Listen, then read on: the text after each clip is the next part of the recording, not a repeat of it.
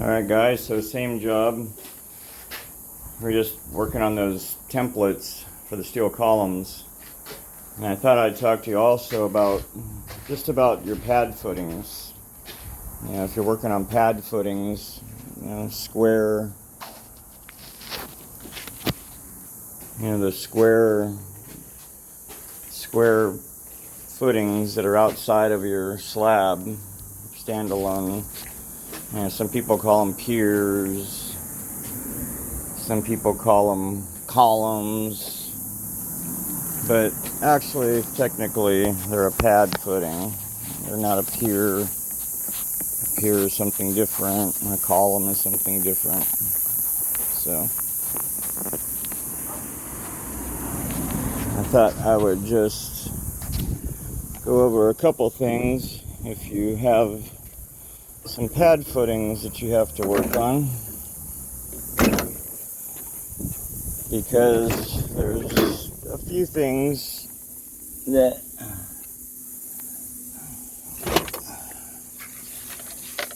are required in order to get inspection. When you're looking at your foundation plan, it'll give you the size of your footing. It'll give you the thickness of your pad.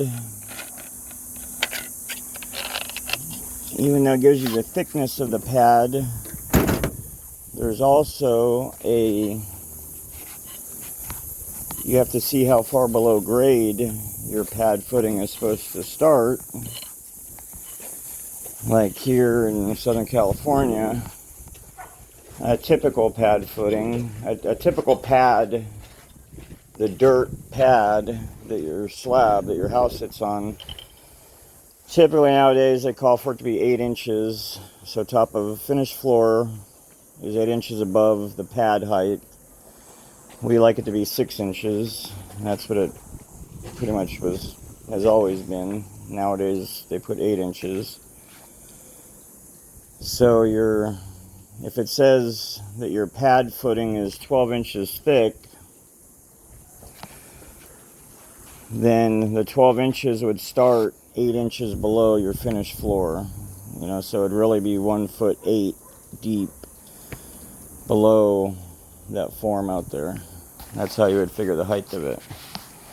And when you look at the plan will tell you what reinforcement is in the pad footing. Like here, it gives you a schedule. It tells you, okay, this is a FS 3.0. FS 3.0 tells you the width and the length of the hole you have to dig, the thickness. Tells you how many bars, 5 bars of number 4 rebar, 2'6" long, spaced equally, longitudinal. So long ways and crossways, same thing. It's a fancy way of saying 5 bars equally spaced each way.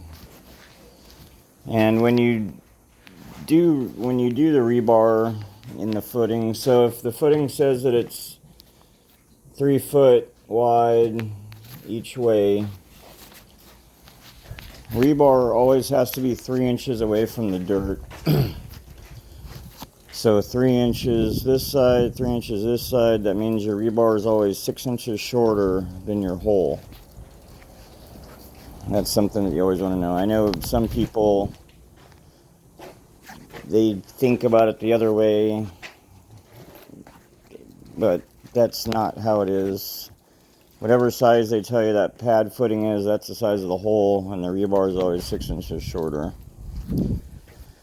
And when you're cutting rebar, when you're using a grinder, always wear some eye protection.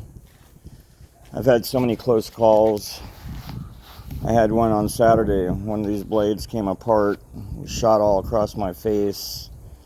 Luckily, didn't hit my eyes, but I definitely ran out and put my glasses on afterwards. So don't lose an eye just because you don't want to take 5 minutes, 4 minutes, however long it takes to walk to your truck. Alright, I'm going to cut this rebar. Hopefully some of this stuff helps you guys.